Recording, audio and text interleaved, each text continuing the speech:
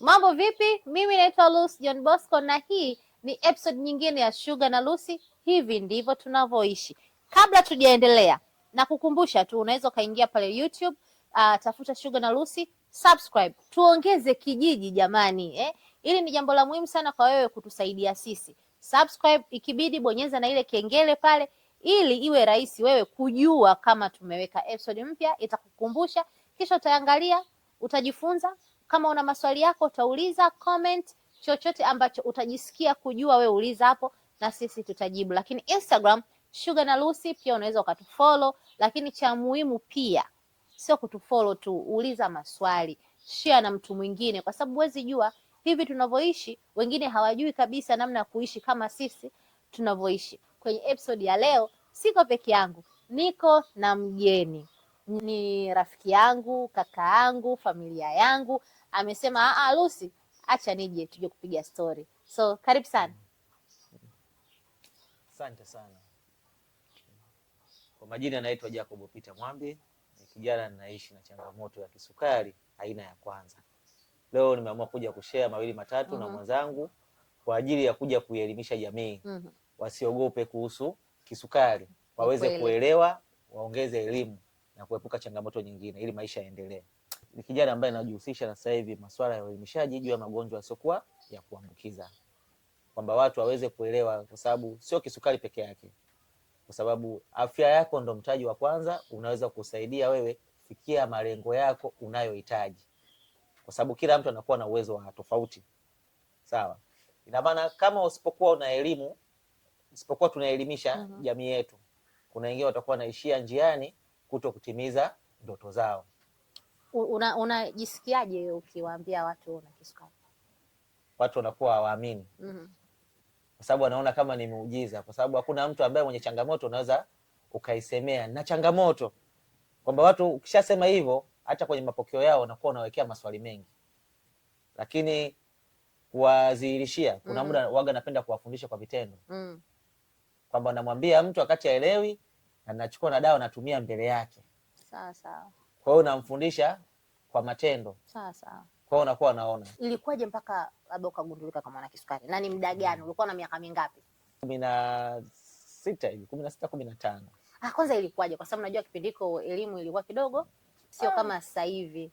Na sasa hivi kuna elimu nyingi. Sasa hizi tuseme ni utandawazi au teknolojia.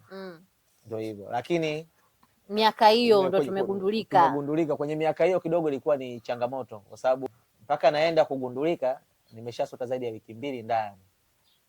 Yaani nilipungua nikaisha, na sana sana ilikuwa tunazungumzia masuala ya upande wa pili, imani za kishirikina. Kwa sababu kwenye familia yetu kulikuwa hakuna mtu ambaye mwenye kisukari, sio bibi, sio babu, wala kwa mzazi yoyote. Kwa sababu nilipungua nikawa yani nimezidiwa, siwezi kufanya kitu chochote. Kwa hiyo nilifanya check up ya vitu vingine vyote, lakini kulikuwa hakuna kitu. Mara ya mwisho akasema labda tukupime ukimwi. Dada yangu alinishupalia sana, akasema twende, yani wewe majibu yako lazima niyapate. Nilienda, nilikuwa nimechoka. Umefika pale kapima, lakini kama kawaida kwenye ushauri na saa lazima waanze. Sasa kama unao hapo, kidogo nilichukia. Nikamwambia, je, wewe niambie moja kwa moja na najua sina. Kwani ulikuwa hujaanza tabia mbaya? Hayo mambo mengine ilikuwa bado nilikuwa najiamini. Niko salama. Ndio ingekuwa sasa hivi, yani sasa hivi yani hata kwa sasa hivi bado najiamini. Kwa sababu najua hatua zangu mwenyewe na waga ninavyofanya, sikurupuki. Kwa hiyo cha kwanza lazima najali sana afya yangu. Hicho ndio kitu cha kwanza. Siku ambayo nimeenda kugundulika kidogo ilikuwa ni changamoto. Kuna zanati moja ambayo tulikuwa tumeenda, kwa sababu nimefika pale akaniambia hauwezi kupima sukari ukiwa umeshakula. Ndio.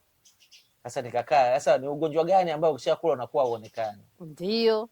Sasa sikuelewa, yule daktari kidogo hakuwa anaelewa. Akaniambia labda urudi kesho asubuhi ukiwa kabla hujala chochote.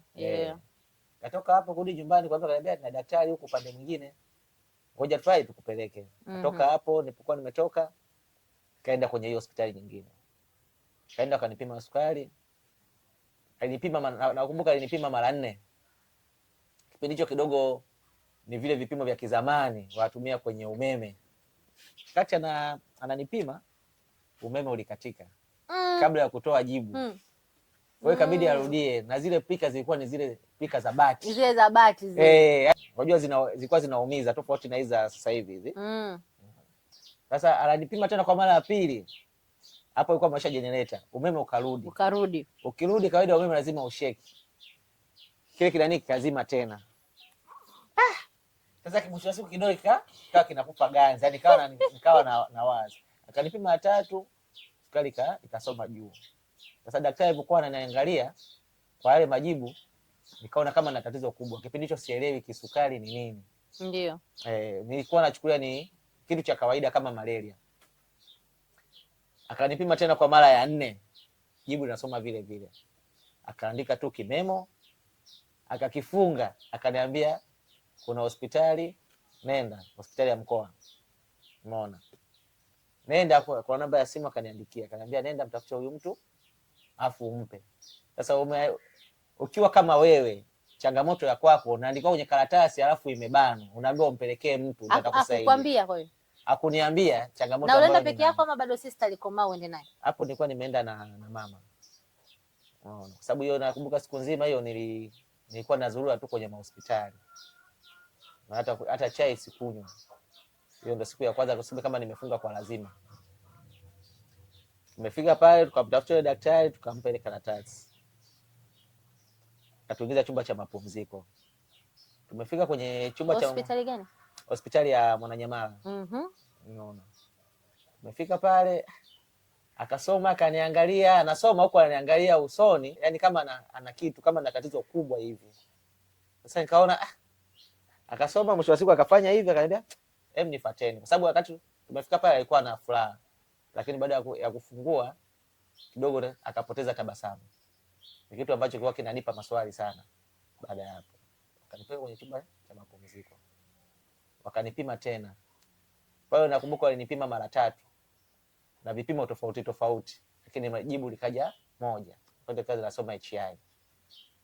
Wakanipeleka kwenye clinic, niende nikapime tena. Kule nikapima tena mara 2, zote zimeandika HI. Yaani kwa siku hiyo hapo nilikuwa nimeshapima karibia mara 10.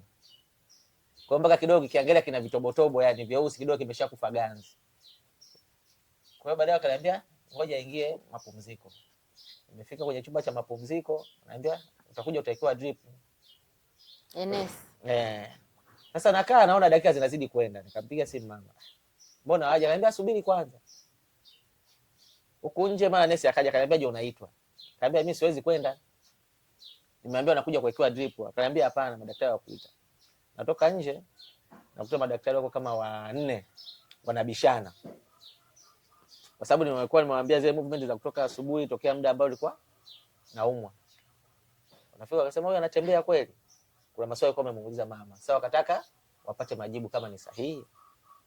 Nimetoka pale natembea, sababu kwenye ile hospitali kuna eneo moja, unajua zile corridor mabenchi yamekaa, watu wamekaa wanasubiri kuingia. Sasa watu wako wengi. Sasa natoka hivi watu wote wananiangalia. Sasa hapo kuna kamwendo kidogo kama miguu kama 30 ili niwafikie wale watu wanaoniita. Wamesimama nje. Madaktari walikuwa wanabishana pale. Wanakuambia huyu ukimpa drip anakufa, huyu kumwanzisha insulin anakufa. Huyu atakiwa atumie vidonge. Huyu atakuwa labda na changamoto nyingine, walikuwa wanabishana. Lakini majibu yameonyesha kabisa kwamba like sukari ipo juu. Yeah. Wakasema mtu ambaye mwenye sukari, kwa sababu nimekaa nyumbani takriban wiki 2 wiki 3 natafuta ugonjwa. Lakini sikuwa nimepata jibu. Kwa hiyo wenyewe walikuwa waamini hicho kitu kama mtoto mdogo anaweza kupata nini? Kisukari. Walikuwa wanasema ni magonjwa ya wazee, tena ya wastaafu. Kibitu nilisukumizie na maji. Sasa kufika pale kwa au madaktari wakaanza kuniuliza, nataka nikae. Akaniambia wewe usikae, simama. Akaniuliza umetoka wapi? Nikamwambia mimi nimetoka nyumbani.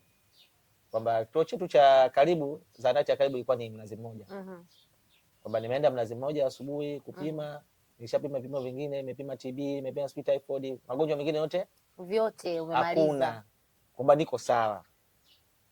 Lakini nilienda Magomeni ndo wakagundua na sukari. Ndo wakaniweka Mwananyamala. Sasa kwanza ile ratiba ya asubuhi akasema umetembea? Nikamwambia nimetembea kutoka nyumbani mpaka kule. Nakuja huku, nikamwambia huku tumepanda daladala. Wakasema hujazimia, nikamwambia hapana, sijazimia. Sasa anauza sijazimia, nikawa na mtafakari, yani inakuwaje mtu unakuwa unazimia, sikuwa naelewa maana yake. Kakaa sasa, daktari mmoja akasema basi za maana yake huyu mimi naibeba, Bokeni ndipo mtamwanzishia na insulin. Lakini wengine walikuwa wanakataa, na nilikuwa najua nitatumia kwa wiki moja, ni kama sindano za masaa. Baada ya hapo naendelea na maisha yangu. Sasa hapo nilikuwa bado sijajua sukari ni nini. Sasa naambiwa hichi chakula hichi asile. Mimi sikuwa nafuatilia. Nikaa siku ya kwanza, kesho yake nakumbuka ilikuwa ni Christmas. Kuna watu walikuwa wanapita kutoa misaada kwa wagonjwa, matendo ya huruma. Kaja kanipa biskuti na soda. Nimezipokea tu, ghafla nesi kaja, hutakiwi kuzitumia. Nikaanza, huyu mbona kama ananionea wivu? Liko udini. Sema sawa. Mama uzuri alikuwa yuko pembeni kwa sababu ilikuwa ni muda wa kuona wagonjwa. Kaambia, hivi sasa hivi hutakiwi kula. Sema sio kesi. Kawa tafakari. Yaani mimi naumwa au kuna vitu ambavyo vina nani? Maana nilikuwa sielewi. Siku ya pili naambiwa mara sukari iko chini, mara inarudi juu. Kwa hiyo siruhusiwi. Kwa siku nikamuuliza nesi kwa sababu nilikuwa siulizi. Nilikuwa naambia tukifika safari utakiwa dripu, safari mkumbushe mtu atakuwekea hivi, atakuchoma sindano. Kwa hiyo nilikuwa sijui matibabu ya aina gani. Nataka kujua siku ambayo daktari amekaa na wewe. Nianza na nesi. Kaniambia wewe una changamoto hii, tutakuelekeza jinsi ya kutumia dawa. Kwa sababu aliniona ninakataa. Kwa hiyo akasema utatumia kwa muda fulani, utaacha. Kwa sababu angeniambia ni moja kwa moja ningeweza kukimbia nisingerudi. Akaniambia hapo utatumia baada ya wiki utarudi. Kaka akanielekeza jinsi ya kuchoma dawa. Akaniambia hii usiache. Unachoma kabla ya kula. Akaniambia dozi yako ni hii, hautakiwi kupunguza. Kwa hiyo kiasi nilichokuwa kipindi hicho nachoma asubuhi na usiku nilikuwa nachoma hicho. Labda saa 12 yani asubuhi na 12 jioni hivyo. Sitaki kuzidisha hata sekunde nilichokuwa nimeambiwa. Kanielekeza na sehemu za kuchoma. Niliambiwa nitachoma kwenye mkono, sawa, upande wa nyuma, nitachoma kwenye mapaja, kwenye bega hapa, hii kwenye alama hizi za ndui. Pamoja na kwenye masozi. Na huku nyuma. Alafu sehemu ya pili kaambiwa kwenye paja. Ile eneo ambalo yenye mwinuko hapa, kwenye hii muscle. Na unachoma juu, sio pembeni wala ndani. Hapa. Lakini sehemu ya mwisho kaambiwa kuchoma tumboni, kashtuka. Tumboni? Sindano tumboni. Hiyo ni sehemu ambayo inichukua muda kuanza kuchoma. Makalioni? Kwa hiyo makalioni wanasema huko kwa sababu panakuwa ni pagumu kuanza kugeuka labda mpaka mtu. Sababu yeye kuja kunifundisha kuonyesha kalio mtu ni gumu kwa kipindi hicho. Kwanza kunichungulia hapana. Sehemu gani ilikuwa rahisi kwako, like kwenye mabega, mapajani, tumboni? Ni mapajani. Umeanza kliniki, nesi kakufahamisha namna ya kuchoma sindano.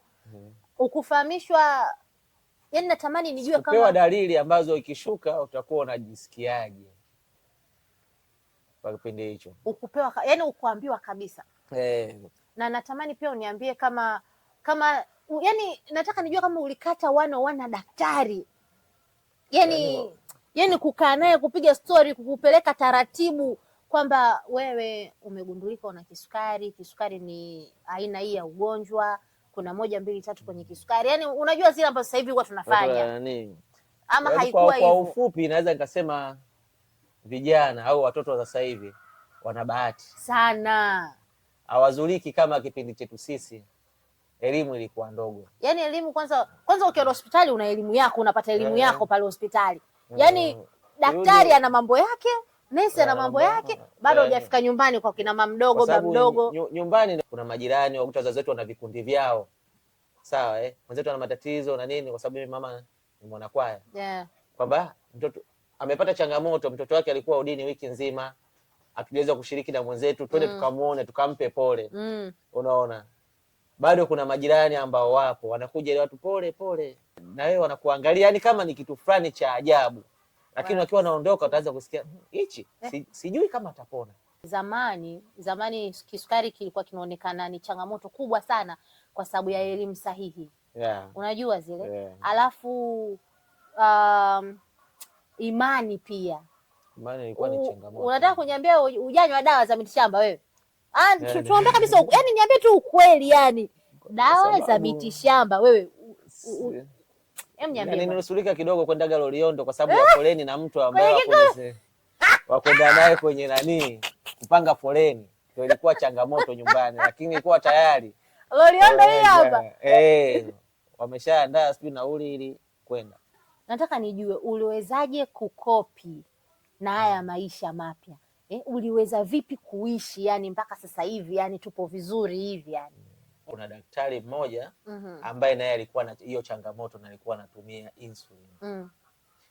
Kwa sababu nyumbani wale walikuwa wamekuja, walikuwa baada ya kuondoka pale wakaanza kumshika mkono mama, kuna dawa, nimetumia dawa nyingi sana mpaka nyingine zinatoka nchi za jirani. Wewe ulienda international? Sawa.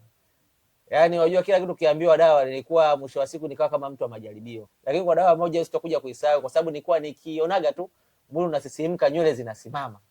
Yaani ile dawa ilikuwa yani imeshakataa. Na kipindi kile ilikuwa kwamba hizi sindano ni mbaya, kwa nini unamwanzishia sindano na nini? Mama alikuwa anampigia sana kelele. Na kila mtu alikuwa akija, akiwa anaondoka, hawaongei kauli nzuri. Yaani wakuja kusikia sijui kama atatoboa. Alikuwa mzee fulani kafa. Kwa hiyo sijawahi kusikia mtu ambaye amefanikiwa. Kwa hiyo hata mimi nilikuja nikakata tamaa. Kwa hiyo daktari mlikutana kliniki ama? Alikuwa ni wa kliniki. Siku yenyewe akaja akaniita ofisini. Akaniambia nataka tupige tu story leo. Sio anifundishe, tupige story. Amefika pale akaniuliza jina nani? Fulani. Haya. Nataka tuongee kidogo. Nikufundishe kitu. Kati amesema vile akanyanyuka. Kaona amefungua friji, amechukua sindano. Nikashtuka. Hata kunichoma dawa saizi. Nikamwona anavuta dawa.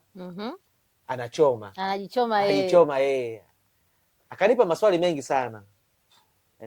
Kwa nini anajichoma dawa na yeye ni daktari? Sema ina maana naye ana shida au hii ni tofauti, lakini kiziangalia zile chupa ni ambazo anatumia kama mimi. Akachoma, tuendelea. Akasema mimi bwana, mimi nipo naendelea na maisha yangu kama kawaida. Akaniuliza una ndoto gani? Unataka kufanyaje? Akawa anauliza tu kawaida.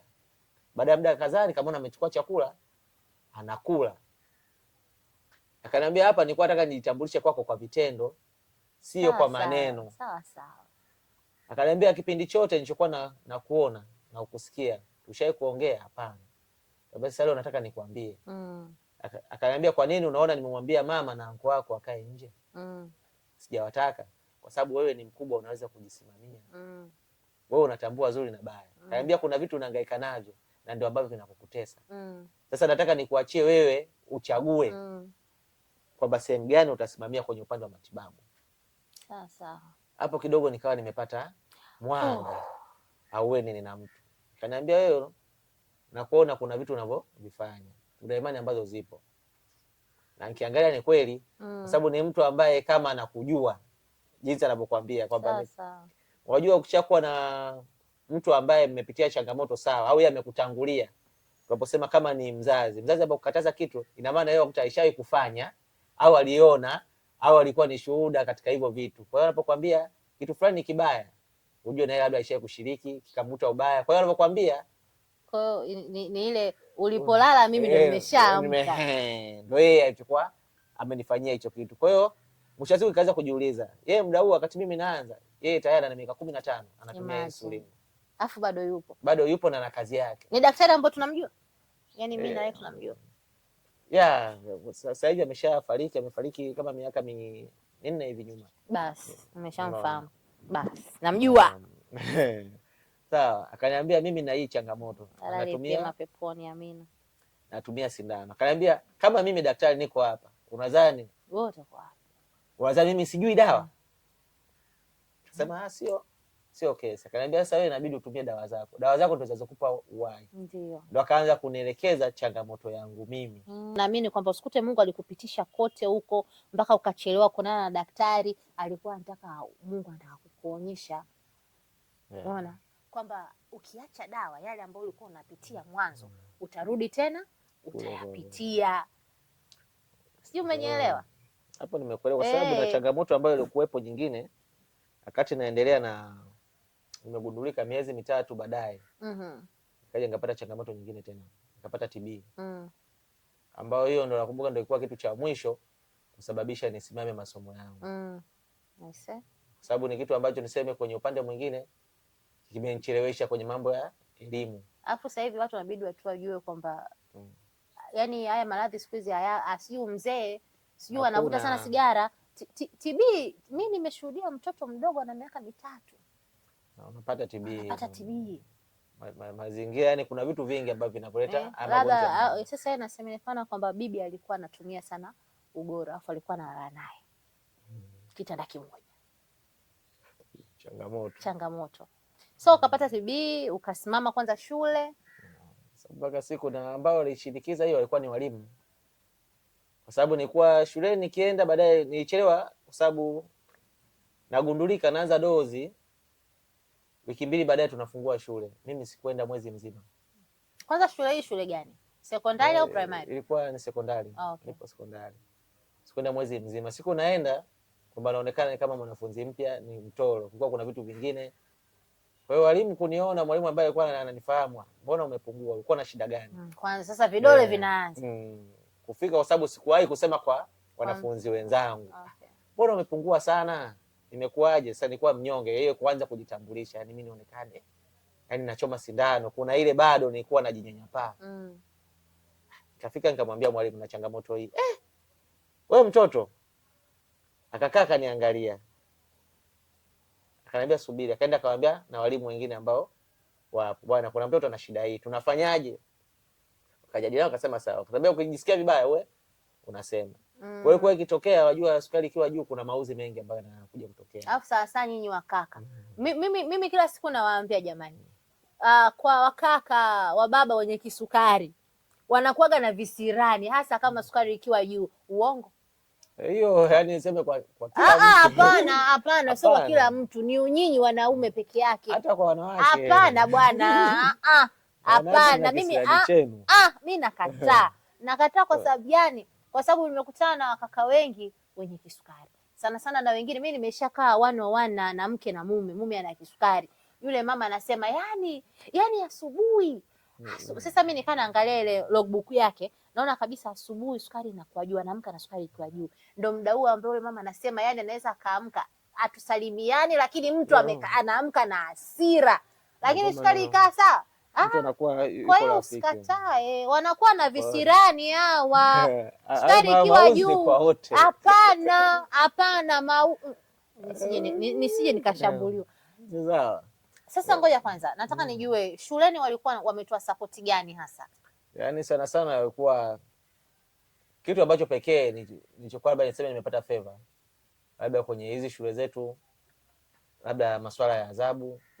Ndio hayo. Sababu ilikuwa ikiwa juu unajua unapoteza ule uwezo wa kumbukumbu, unakuwa mtu unachoka. Kwa hiyo unakuta nikionekana tu labda nimeinama nimelala, walimu fulani rafiki yako yuko wapi? Wewe mchukue mwenzako mpeleke wapi? Nyumbani. Yaani hicho ndio kitu ambacho kichukua pekee. Kwa hiyo nikija huyu fulani, huyu ana changamoto fulani, yaani kikaa kidogo huyu mtoe. Sasa siku ambayo nimeenda kuripoti na TB. Sababu nimekuja kama wiki 2 shuleni, baada hapo nikapotea tena. Kama wiki 3 narudi nakuja kuripoti, nimekuja na kadi kwamba nimeshaanza dozi ya TB. Nafika namwambia mwalimu na TB. Mwalimu alisukuma meza. Subiri. Ishia huko. Akatoka kaingia kwa staff wenzake, kuna mtoto ana TB.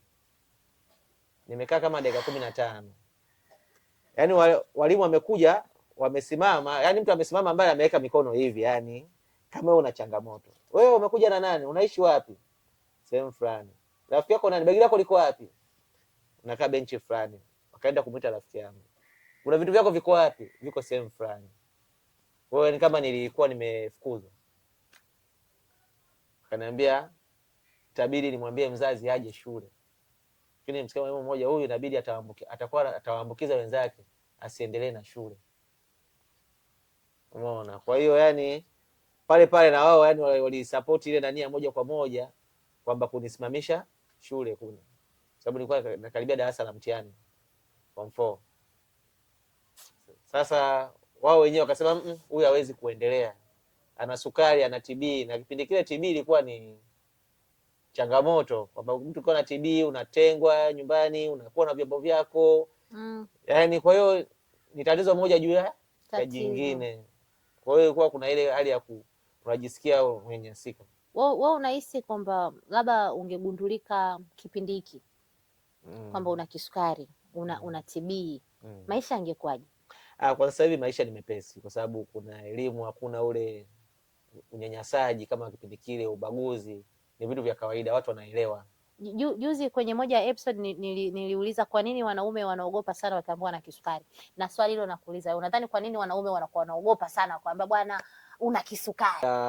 Watu ambao wamewatangulia au kuwasikia kwamba ukiwa na kisukari mambo mengine ya kwenye ndoa yanakuwa hayaendi. Mambo gani mengine ya kwenye ndoa? Kutimiza majukumu. Majukumu gani? Sawa, ya mwenzi wako, sawa, yanakuwa yaendi yanavyotakiwa. Kwa hicho kitu ambacho kikubwa wanakuwa labda wanakiogopa, sawa. Lakini ukija kuangalia na kufuatilia, ugonjwa wa kisukari unampata mtu yeyote, kwa sababu kina njia zake, kila kitu kina njia zake, na wengi tunapata changamoto au watu wanapata changamoto kwa sababu hatupati muda wa kujifunza. Lakini ukishakuwa na changamoto unakuwa uko makini na unaweza kujifunza na kuzuia changamoto nyingine zisije. Wewe unadhani kwamba sisi hatutaki kujifunza ama tunataka kujifunza lakini hatujui tushike lipi? Ukiingia kwenye mtandao utamkuta Lucy anasema hivi. Ukienda tena kwenye mtandao Jacob anakwambia hivi. Ukienda huku daktari fulani anakwambia hivi. Yaani huoni kama mambo ni mengi, sio kwamba tutaki kujifunza lakini tunashangaa tuchukue lipi tuliache lipi? Hapo kwenye kujifunza kuna mambo mawili ambayo yapo. Kwa sababu wasema kwenye msafara wa mamba na kenge wapo. Sasa sisi ndo mamba ama sisi ndo kenge? Yaani hapo sisi tuseme sisi ni mamba. Sasa kuna wale kenge wanatumia fursa kufanyia biashara. Sawa Kienda kwa labda kwa baadhi ya hospitali au kwa watu wa huduma, anakugeuza wewe ni fursa, kutegemea na wewe, kwa sababu kitu cha kwanza ukiwa na changamoto yoyote, changamoto zote zinahitaji maelezo kabla ya kutatuliwa. Lazima umwambie mtu wewe una changamoto gani, imetokana na kitu gani, na changamoto yako itakuzuru kwenye mambo haya. Hicho ndio kitu cha kwanza, lazima mtu muelekeze. Alafu cha pili ndio unakuja kwenye masuala ya madawa na matibabu. Sasa matibabu yako ni haya. Kwa hiyo mpaka unampa mtu yale matibabu anakuwa anatambua natumia dawa hizi kwa sababu gani, si ndio? Kisukari kina sheria zake ambazo wewe umevunja zile sheria za lazima upate kisukari. Ndio maana kisukari hakiambukizi, sawa, kinatokana na mtindo wa maisha, kwamba ni wewe umekifuata. Alafu huwezi amini hiyo kauli mimi siipendi. Yaani hiyo ya kisukari inatokana na mtindo wa maisha. Siipendi. Unajua kwa nini siipendi? Huwezi kuniambia mimi na yeye tumepata kisukari kwa sababu ya mtindo wa maisha. Sisi ni type 1. Ambao sisi tumerithi. Ambao tunasema hapana Jacob, hapana, samani lakini kuna wazazi. Nisikilize Jacob. Bwana hapo hiyo tutabishana mpaka kesho kutwa asubuhi. Sawa Kuna sababu za kibiolojia. Unanielewa? Wewe unashinda hospitali muda mrefu sana tu. Wiki nzima uko hospitali. Ili sio kitu kipya. Wezi mtoto amezaliwa leo kutokana na teknolojia, vifaa vya kupimia vipo. Mtoto ana wiki 3 unaniambia kwamba amepata kisukari, afu hapo unaambiwa kwamba kisukari kinasababishwa na mfumo wa maisha, mtindo wa maisha, uraji ambao sio. Huyu mtoto amekula nini? Na ana miezi 5. Hapana, hamna kitu. Yaani hapa tutabishana. Yaani tutabishana mpaka kesho. Hapana. Kwa sababu ukaenda kusoma aina ya kwanza ya kisukari imesababishwa na nini? Kinga zina attack, yani kuna cells ambazo zina attack kinga za mwili. Sawa, ni za mtoto. Ndio. Narudi huko. Yani ukitoka hapo hadi darasani ukasome. Kwa sababu ni type 1 mnazungumzia. Hapana, pia nakataa. Kwa nini? Mimi nina rafiki yangu, kuna siku utamuona kwa sababu ananiambia akirudi dada atakuja hapa, sawa? Sio mnene. Ni mtu wa mazoezi. Sawa Yeye sio mtu yani wa kula ovyo. Lakini alipata tu malaria siku moja. Akaenda pharmacy. Miaka 26. Sawa, akapewa dawa. Amemeza siku ya kwanza, siku ya pili, baada ya wiki malaria imekaa fresh. Baada ya miezi 2 akaanza anaumwa tu. Akanipigia simu, we Lucy, mimi naona hivi na hivi na hivi na hivi. Ndugu yangu nenda hospitali. Tena ameenda direct, naomba nipimeni sukari. Akaambiwa hivyo hivyo, njoo asubuhi, sasa hivi umekula. Kaenda kupima, ile sukari ipo 7, hujala chochote. Akapewa glucose. Baada ya masaa 2 akarudi, sukari ipo 15. Sawa. Mnapoongea kuhusu kisukari, na moja ya sababu sijui ya kisukari ni mfumo wa maisha ama mtindo wa maisha, sawa, muwe mnadadavua, kwa sababu nyinyi si ndio elimishaji wenyewe. Muwe mnadadavua kwa sababu gani? Kwa sababu sio kila mtu anavuta sigara, sio kila mtu anakunywa pombe, sio kila mtu anapenda kula ovyo. Lakini usikute katika hao, sio kila mtu ameshapata kisukari. Sasa wewe unawezaje kuniambia kwamba huyu kapata sukari kwa sababu ya mfumo wa maisha? Mfumo wa maisha which? Alafu huyu pia anafanya mazoezi. Kwa mimi hapo nitabishana na wewe mpaka likwili. Kwa sasa hivi, kwa mfano kama ukija kwa Dar es Salaam, kwa nini vijana wengi sana wana magonjwa tuseme ya wazee, ambao walikuwa wanasema magonjwa ya wazee? Mtu ana mwili kama wa kwangu, kijana na pressure, si ndio? Watoto wa kiume saa hizi changamoto nyingi, nguvu za kiume, si ndio hivyo? Mimi sijui na mimi wa kiume mimi sijui. Lakini maradhi ambayo wanayo vijana wa mjini, vijana wa kijijini hauyakuti. Huyu wa kijijini anatumia basikeli yake haina hata gia, ana mwendo mrefu, anatumika sana. Huyu wa mjini saizi kuna bodaboda, kuna application. Yaani ukichukua movement zangu za kimjini, hata kwenye mazoezi ambayo natakiwa niyafanye, ni tofauti na mtu ambaye wa kijijini ambaye ameamuliwa na mazingira. Ndio mna conclude kwamba ni mfumo wa maisha. Ni mfumo wa maisha. Sasa na huyu wa kijijini ambaye anatumia basikeli ambayo haina breki ndio amekuwa na kisukari. Pia utasemaje? Hapo sasa huyu wa kijijini kuna vitu vingine ambavyo vipo. Vyakula vyake, mazingira yake ambayo yapo, lazima upate historia yake. Kwa nini wewe unakuwa nayo? Lakini ukiangalia watu wengi, kuna changamoto nyumbani kwenye masuala ya vyakula, sawa, kupata mahitaji yake muhimu.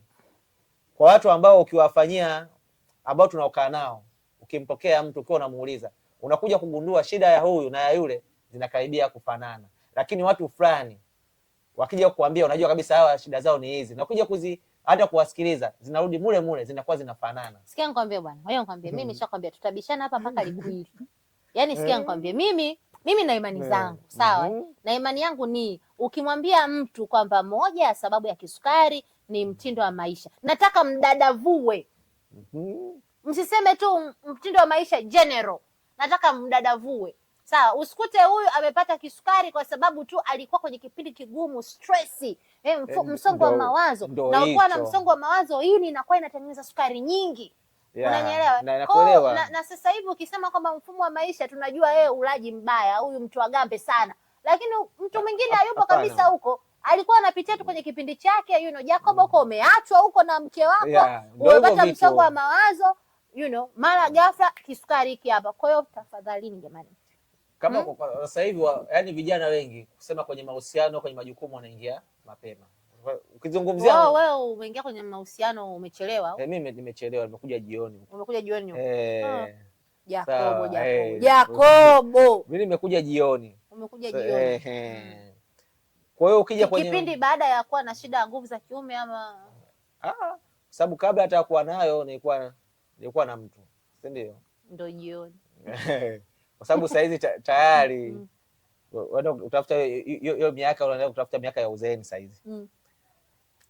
Kwamba ukija kuangalia kwenye hivi vitu vingi, kwa sababu ukishasema mtu anakuwa na stress kijana, changamoto, mimi nahitaji labda niwe na maisha fulani, lakini siyapati kwa wakati. Na maana nikishaingia kwenye stress, nitaingia kwenye matatizo mengine ya kula. Naweza nikawa na mazoezi kwa sababu ya company fulani mnanipitia, lakini siyafanyi kiutimamu wa mwili. Nafanya kwa sababu labda kina fulani wanakuwa wanafanya, kwamba tunashiriki pamoja, lakini zile homoni zetu hatuzitumikishi inavyotakiwa. Kwa sababu ukija sasa hivi hata urafiki wa watu wengi, zamani tulikuwa watu tunakaa kwa makundi. Sasa hizi rafiki yangu mimi ni bando. Sawa Yaani nikiwa na bando najiona ndio niko umemaliza yani hapo umemaliza. Yule daktari, sawa, yule daktari, sawa usile nyama, usile hiki, usile hiki, usile hiki, sawa unadhani huo mtindo huo wa maisha ni sawa? Kwa sababu yule daktari ana generalize tu, yani ana generalize. Kwenye tofauti ni niseme nguvu ya uwakilishaji, sawa aina ya watu unaowaona. Kwa hata mimi kwa watu naowaona nikisimama mbele nikiwa natoa somo langu, kuna watu tutakuwa tunapishana Kiswahili. Ndio maana nasema kwenye masuala ya changamoto inabidi mtu aelekezwe binafsi. Kwa hiyo hata kwenye kusema kutoa elimu, kwa sababu yeye ni mtu mkubwa, si ndio? Anasikilizwa, labda yuko na watu wengi.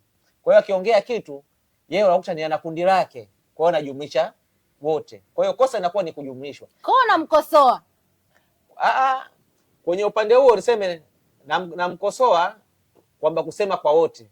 Atakiwa mtu ajue. Kitu cha kwanza naambiaga mtu, lazima wewe ujue ni nani, uko grupu gani.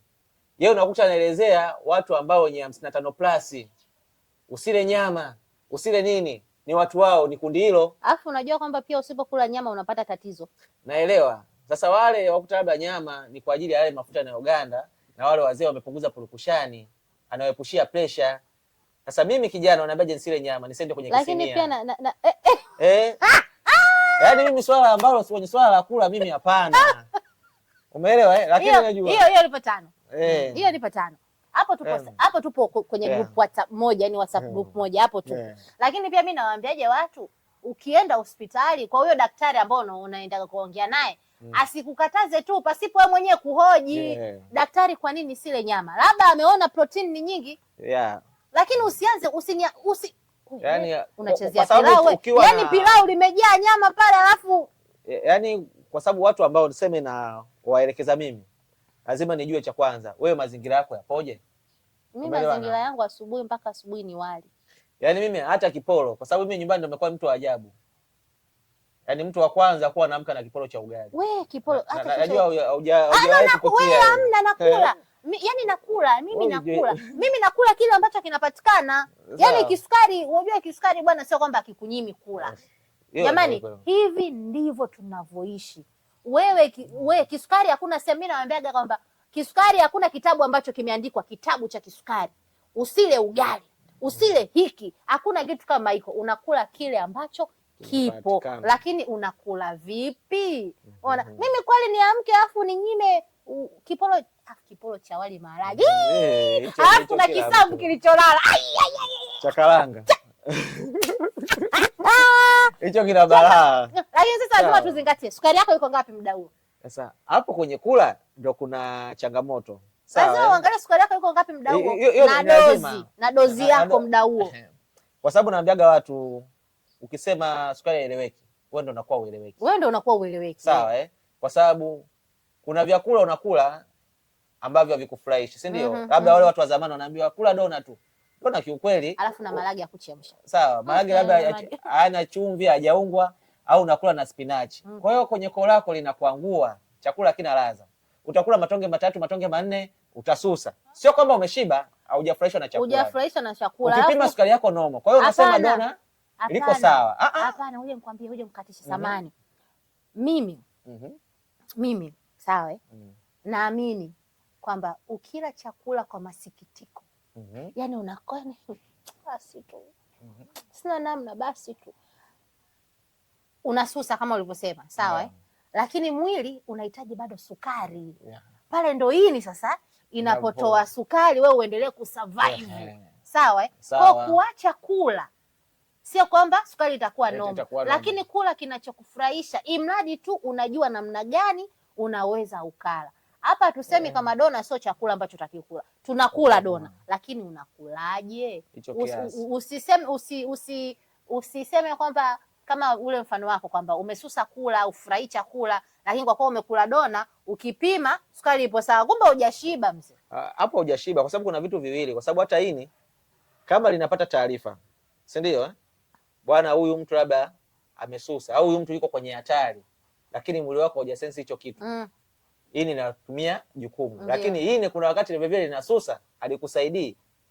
Wewe ukiwa na taarifa, lenyewe likapewa nani? Alikutoa ile sukari. Alitoa ile sukari ambayo kukuvusha. Kwa hiyo inabidi wewe ujipambanie kwa sababu tayari mwili tayari una sukari. Kwa nini hii niendelee hivi? Hii unatusikia? Tunakushukuru kwa kazi yako. Kwa watu ambao labda tunawaambia lazima ucheki sukari kabla ya kulala na ukiamka, kwa sababu kuna mtu analala na sukari ya kawaida asubuhi iko 20. Tunawaambia lazima tuje tukuelekeze, yaani usione kuna miujiza kwamba hii ni hapo ndo wakuta kwenye zile taarifa huko zako ndotoni, kasukari kameshuka kamenanika na kuokoa. Umeona? Lakini wewe unajua kabisa una utimamu wako wa akili, kaini kanagoma. Alafu mimi huwa nawaambiaga watu, sio kila mtu sukari yake inapanda, ila kila mtu sukari yake inashuka. Hata kama wewe ambaye hauna sukari yako wewe inashuka. Uongo? Hiyo ni kweli. Ndio maana kwa wenzetu mimi natoaga mfano kipindi cha Ramadhani, ukifunga ile swaumu ile ndio leo mshikaji wangu swaumu imekaza, unakuwa unajisikiaje? Hapo mwili unakuta umeishiwa nguvu. Sio swaumu tu, hata ukibadilisha mazingira. Naambia hata kwa watu wa kawaida ambao hana changamoto ya kisukari. Labda unakuta una shughuli, leo una shughuli, utaenda kwenye pilika zako. Kawaida makosa tunayofanya, ukienda mjini unasema hapa nasikia njaa. Baada ya kununua chakula ule, unasema ngoja ni save nitaenda kula nyumbani. Unasema ngoja nipoze njaa, unakunywa soda. Ukipoza njaa unasema unakunywa soda, unasikia paka kajasho kaibaba kana kutoka, unasema hapa kidogo ni nani? Kumbe naye sukari yako ilishuka. Ngoja anakwambiaje? Askari kasoda kalikuwa kama nini? Yaani kanashuka mpaka kijasho chembamba. Kumbe yeye alipata hypo. Lakini kwa kuwa hana kisukari hawezi kujua. Na mimi mara nyingi nasema wewe sukari yako inashuka, hauna kisukari. Lakini sisi ambao tuna kisukari, sukari ikishuka ni mbaya zaidi. Sababu una msaidizi, una mtetezi, una akiba. Kwa hiyo inakuwa ni changamoto. Wewe lazima uje hapa. Neno la mwisho. Neno la mwisho kwa watu ambao wanaangalia Sugar na Lucy, hivi ndio tunavyoishi. Waambie tunaishi vipi? Yaani kwenye masuala ya kuishi na hii changamoto, kitu cha kwanza lazima ujue vitu ambavyo wewe kama wewe vinakuletea madhara. Sawa Kwa sababu sukari ina njia zake. Ndio. Labda kwa kuwamegea kuna sheria ziko 4 ambazo kwenye hizo sheria kila mtu utaziweka katika mpango wako. Sheria ya kwanza, ili sukari isikusumbue, kongosho lako likae sawa, cha kwanza ni muda. Ambao watu wengi muda hatuweki. Hiyo ndio sheria ya mama. Na sheria ya pili ni kufata matibabu, kujua ni matibabu gani. Sheria ya tatu inayokuja kwako ni kuzingatia vyakula, kwamba mimi kama mimi labda na changamoto yangu binafsi kwenye upande wa vyakula na vidonda vya tumbo, utafuatisha masharti yake ili mambo mengine yaende sawa. Na sheria ya 4 ni kazi na mazoezi. Hivi ni vitu ambavyo lazima uviishi. Hii sheria ya kwanza ya muda watu hatuizingatii, kwa sababu muda ndio unaokuruhusu. Sasa hivi tumia dawa, sasa hivi kula kidogo, sasa hivi kula sana, sasa hivi nenda kalale, sasa hivi usilale. Muda ndio ambao unakuruhusu. Alafu kwenye vyakula ndio utaambiwa sasa hivi kulingana naenda zangu shamba kulima. Kwa sababu kama sisi Wasukuma, kula zako ugali mkubwa, ingia shambani. Lakini sasa hivi nataka kwenda kuangalia labda sinema tu, sina haja. Sasa inategemea hiyo sinema unaangalia na nani. Sawa Sasa kuna sinema nyingine hizo sinema zetu za kawaida. Mimi sijui sinema zenu za kawaida ni zipi. Tunaangalia wote familia, kwa hiyo hizo hazina shida. Za komando. Yeni. Hizo za jamii yote, sio zile za watu wawili. Maana vijana mna nani zenu na mzee zenu. Usiniweke. Mimi kwenye sala ukijana sipo, nimeshatoka.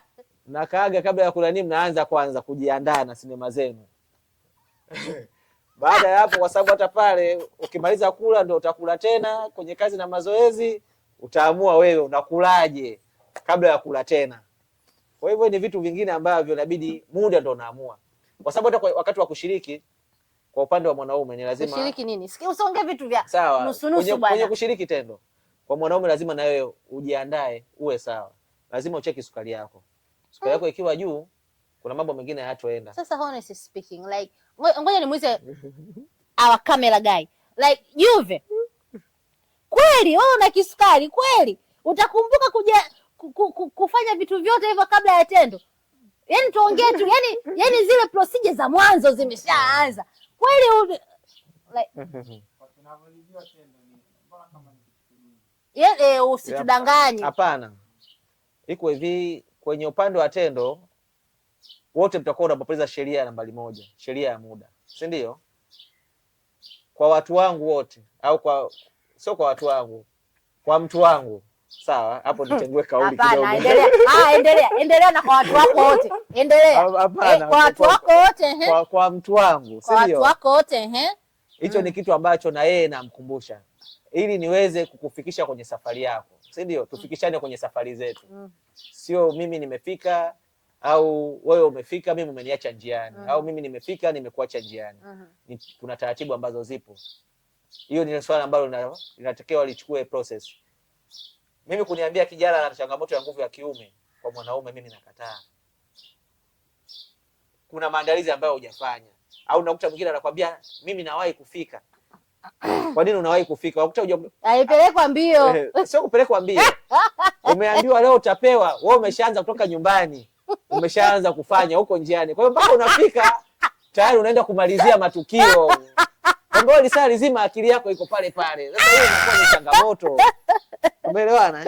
Lakini kabla ya kufika kwenye eneo husika, wewe hiyo mada ipotezee. Ukishafika fanya process zako, ndo mnaanzia wote, mnaanzia pamoja. Wewe kuna siku niliuliza kwamba ni heri udate na mtu mwenye changamoto kama yako ama udate na mtu ambaye hana changamoto kama yako.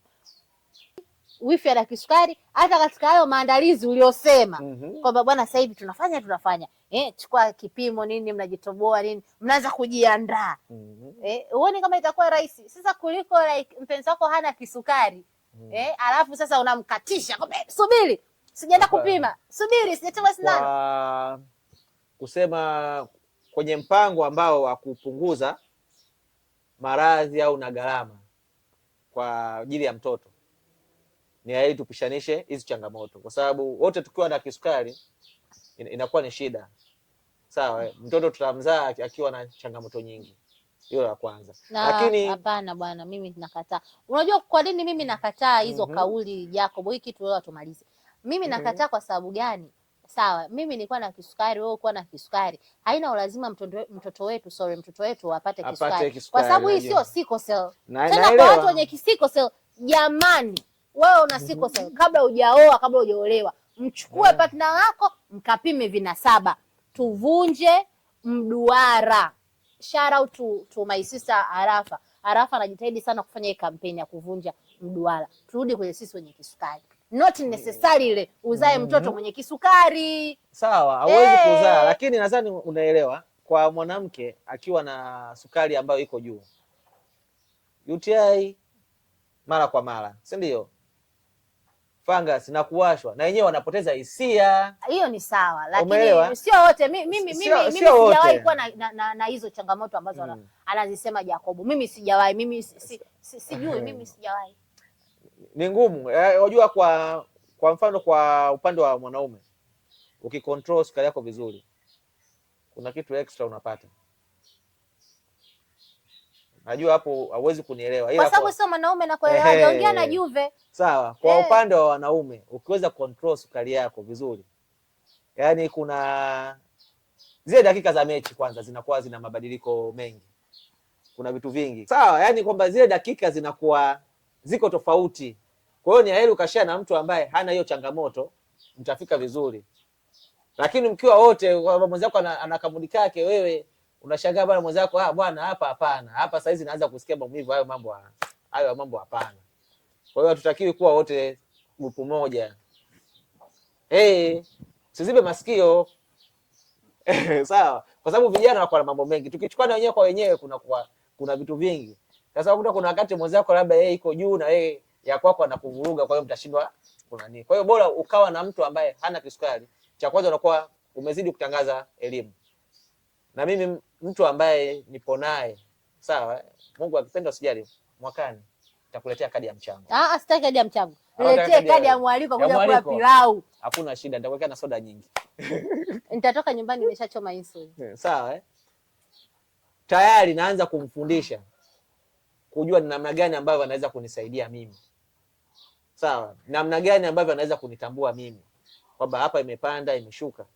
Nilikuwa na mdogo wangu ambaye ilifika stage, kwa sababu alikuwa anataka kwenda chuo, nyumbani kulikuwa hakuna mtu, kwa hiyo nilikuwa natoka naye, nikaenda kwenye production zangu niko naye. Ikafika stage akawa tena cha kuniangalia tu, anakuambia sukari iko ngapi, kwa sababu nilikuwa nimeshaanza kumtraining mpaka baadaye Akikaa na watu walikuwa wanamuuliza, "Hivyo ni daktari? Ni nini?" Akawaambia, "Hapana. Na kaka yangu ambaye anafanya hizi shughuli." Sawa eh? Kwa hiyo anakuwa anaelewa, yani ukiweza kujikontrol vizuri, inafika stage hata swala la kuwa unajipima mara kwa mara kunakuwa hilo swala haliwezekani.